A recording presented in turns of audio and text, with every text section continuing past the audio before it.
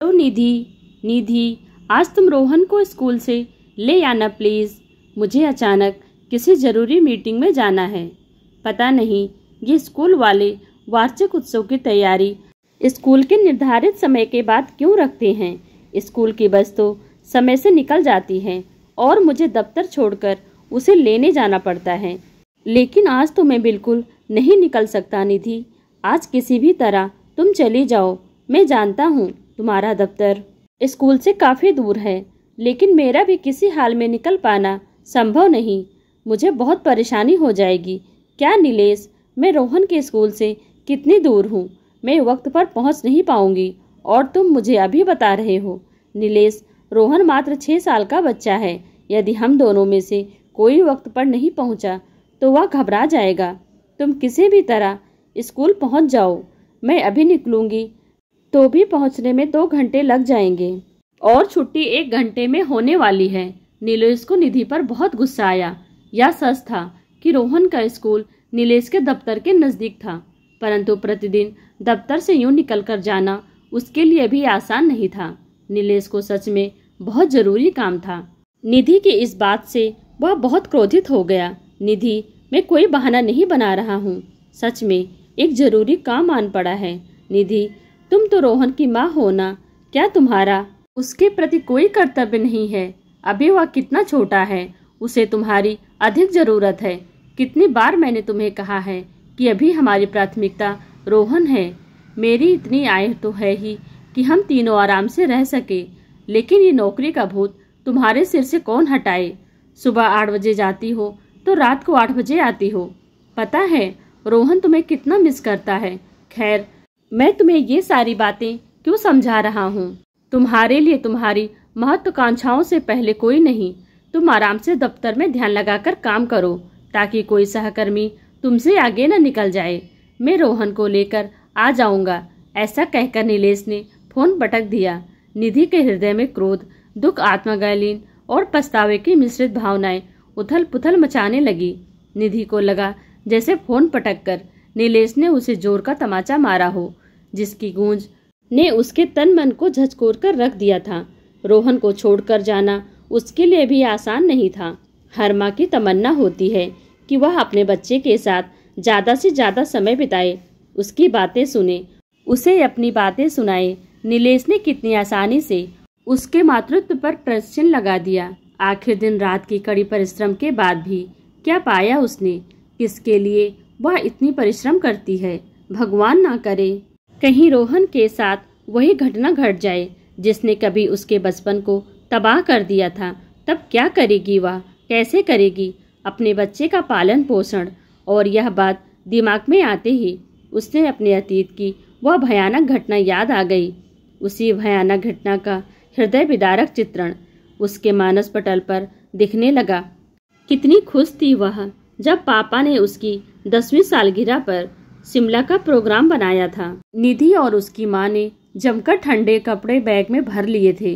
चहकती हुई वह अपने दोस्तों को बता रही थी कि उसके पापा उसको कितना प्यार करते हैं, पर पिता का साया अधिक समय तक उसके सिर पर नहीं रहा।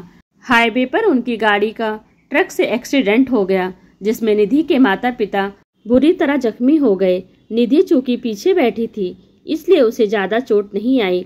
खून से लथपथ अपने माता पिता के शरीर की तस्वीर उसे आज भी सहमा गई। अनन फनन में उन सबको हॉस्पिटल ले जाया गया। कुछ ही समय बाद निधि के रिश्तेदार भी वहां पहुंच गए, परंतु अधिक खून बह जाने के कारण निधि के पापा ने सदैव के लिए अपनी आंखें मूंद ली। जिस वक्त पिताजी ने आंखें मूंदी, निधि उनके समीप ही बैठी थी। यह क्या हो गया उसके साथ? जख्मी माँ और मृत पिता। निधि जोरों से चीखी थी और ठीक ऐसी ही चीख आज भी निकल पड़ी जब सालों बाद नीलेश के कर्कश बोल और उसके मातृत्व पर की गई तीखी टिप्पणी से ही घटना फिर उसकी आंखों के सामने घूमने लगी। निधि की चीख के साथ ही दफ्तर के कर्मचारी निधि की तरफ दौड़े। निधि को कुर्सी पर बैठाकर उसे ठंडा पानी पिलाया। बॉस ने निधि की मित्र और सहकर्मी अंजलि को उसे घर छोड़ने को कहा। अंजलि ने अपनी गाड़ी से निधि को घर पहुंचाया। पूरे रास्ते निधि यही सोचती रही कि कैसे उसके पिता की मृत्यु के बाद उसकी माँ का संघर्ष शुरू हुआ। ज़्यादा पढ़ी लिखी तो थी नहीं, अतः उन्हें आत्मविश्वास की कमी थी। हालांकि वो बहुत स्वाभिमानी स्त्री थी। कुछ दिन तक तो वे निधि के ताऊजी के घर रुके, परंतु जल्दी ही निधि की माँ यह समझ गई कि अब उनका जीवन इतना आसान नहीं। वह किसी की दया की पात्र और बोझ बनकर नहीं रहना चाहती थी। निधि के नाना जी और नानी माँ की मदद से जल्द ही उन्होंने अपना टिफिन का व्यवसाय शुरू किया, अलग घर लिया, परंतु यह सब इतना आसान नहीं था। कई बार उसने अपनी माँ को हिम्मत हारते हुए भी देखा था, परंतु फिर वह अपनी फूल सी बच्ची निधि को देखकर फिर से हौसला बना लेती और इसी अनहोनी का डर निधि के मन में घर कर गया था। उसे पता था कि नीलेश रोहन से कितना स्नेह रखते हैं और उनका यह कहना भी कि रोहन मेरी प्राथमिकता है वह भी गलत नहीं है, पर वो नीलेश को कैसे समझाए कि यदि भगवान न करे उसे कभी कुछ हो गया और वो अपने पैरों पर खड़ी नहीं रही, तब रोहन और उसका क्या होगा। यदि वह नौकरी छोड़ देगी तो वही असुरक्षा की भावना उसे कभी चैन से जीने नहीं देगी। किसी अनहोनी की परिस्थिति में यदि नियमित आय नहीं हो तब इंसान कितना असुरक्षित महसूस करता है। साथ ही उसकी माँ की कही बातें उसे बार बार याद आती हैं। निधि बेटा, सदैव अपने पैरों पर खड़ी रहना, इससे तुम में आत्मविश्वास पैदा होगा, तुम सुरक्षित महसूस करोगी। निधि अभी गहरी सोच में डूबी थी कि तभी अंजलि ने उसे जगाया। निधि, तुम्हारा घर आ गया है, क्या तुम यहाँ से खुद चली जाओगी या मैं अंदर तक छोड़ दूँ? निधि की तंद्रा भंग हुई तो उसने कहा, धन्यवाद अंजलि, मैं यहाँ से चली जाऊंगी। तुम ठीक तो हो ना निधि? आज तुम बहुत परेशान लग रही हो, इसलिए मैंने तुमसे कुछ पूछा नहीं। कभी कभी इंसान को खुद से बातें करने का दिल करता है। मैं तुमसे कल बात करती हूँ, तुम अभी आराम करो, दफ्तर की कोई चिंता मत करना, मैं अब निकलती हूँ। निधि ने उसे बाय किया और लिफ्ट का बटन दबाया।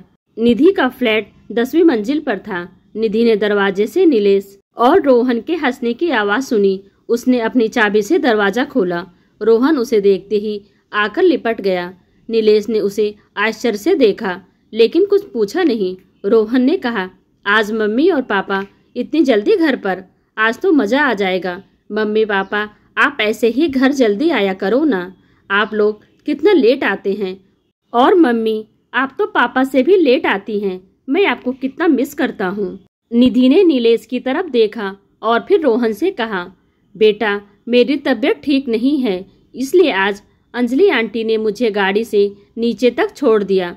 मैं थोड़ा आराम करती हूँ, फिर मैं आपसे अच्छे से बात करूँगी। नीलेश ने निधि को थका सा देखा तो उसे यह भापने में देर नहीं लगी कि निधि की भावनाओं को उसकी कठोर बातों से बहुत गहरी चोट पहुंची है। वह अपनी कही बात पर पछताने लगा। निधि से वह बहुत प्रेम करता था, परंतु निधि का रोहन को छोड़कर नौकरी करना उसे कतई पसंद नहीं था और आए दिन इसी बात पर दोनों में कहासुनी होती रहती थी। परंतु आज निधि को यूं दुखी देखकर उससे रहा नहीं गया। उसने अपने दफ्तर फोन लगाकर यह सूचित कर दिया कि वह आज नहीं आ सकेगा।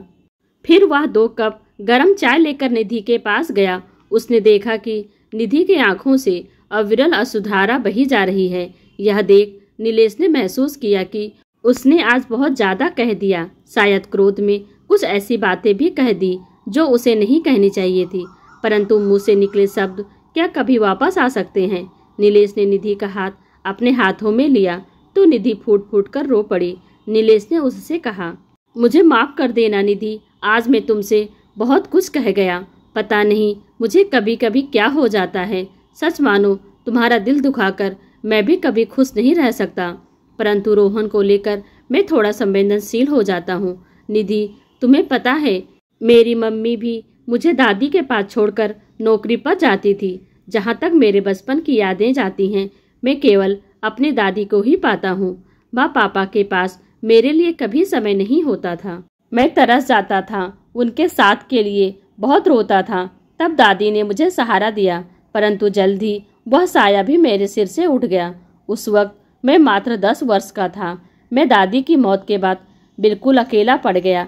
इस वजह से एक छत के नीचे रहते हुए भी मैं माँ पापा से दूर होता चला गया। जब बड़ा हुआ तो उन्होंने यह दूरी मिटाने की बहुत कोशिश की, लेकिन यह कभी हो नहीं पाया। और फिर एक दिन ट्रेन एक्सीडेंट में दोनों चल बसे। निधि, जिस अकेलेपन से मैं गुजरा हूँ, मैं नहीं चाहता मेरे बेटे के साथ भी वही हो। मेरे पास तो फिर भी मेरी दादी थी, लेकिन रोहन के पास तो ना तो दादा दादी हैं और ना ही नाना नानी। बस यही डर मुझ पर इतना हावी हो गया कि मैं तुमसे इतना कुछ कह गया। निधि, मैं तुम्हारी नौकरी के खिलाफ कतई नहीं हूँ, परंतु मुझे रोहन की चिंता है। मैं अपनी नौकरी छोड़ देता यदि तुम्हारी आय इतनी होती कि हमारा घर आसानी से चल पाए, साथ ही हम नए मकान की किस्तें भी दे पाएं। ऐसा नहीं है, इसलिए मैं तुमसे नौकरी छोड़ने के लिए कह रहा हूँ। निधि ने नीलेश की तरफ देखा। वह जानती थी नीलेश रोहन से और उससे कितना प्यार करता है और यह डर उसके अतीत की परछाई है। ठीक ऐसा ही डर उसके मन में भी तो है, जिसमें पिता की अचानक हुई मृत्यु के बाद अपनी माँ का संघर्ष है। और यही डर उसे अपने पैरों पर खड़ा रहने के लिए प्रेरित करता है। आखिर संतुलन कैसे बनाया जाए? उसने नीलेश से आज अपने मन की सारी बातें बताई। नीलेश और निधि ने एक दूसरे से इस विषय पर विस्तार से चर्चा की। फिर दोनों एक निष्कर्ष पर पहुंचे। बच्चे की सही ढंग से परवरिश भी उतनी ही जरूरी थी जितनी निधि और नीलेश का अपने अपने पैरों पर खड़े रहना, अपने वर्तमान के साथ भविष्य को सुरक्षित करना। फिर निधि ने कम वेतन पर घर के नजदीक ही नौकरी कर ली। अब वेतन कम था, परंतु परिवार के साथ वक्त बिताने का समय उसके पास अधिक था। अब 6 बजे निधि घर आ जाती और सुबह भी लेट से दफ्तर जाती। तब तक रोहन स्कूल जा चुका होता। नीलेश भी सवेरे उठकर निधि के साथ टहलने जाता। फिर दोनों साथ चाय पीते और मिलजुल कर खाना बनाते। नीलेश निधि की पूरी मदद करता। इस तरह वे दोनों एक दूसरे के साथ अधिक से अधिक समय बिताने लगे। रोहन अब बहुत खुश रहने लगा। तीनों शनिवार और रविवार की शाम रोहन को लेकर कहीं न कहीं घूमने निकल जाते। नीलेश और निधि अपनी समस्या का समाधान खुलकर एक दूसरे से बात करके निकाल लिया। एक दूसरे के दृष्टिकोण को समझा, सही मायने में एक दूसरे के पूरक बने। जहां रिश्तों में दरार आने ही वाली थी, वहीं दोनों ने आपसी सूझबूझ से अपने रिश्ते को और मजबूत बना लिया।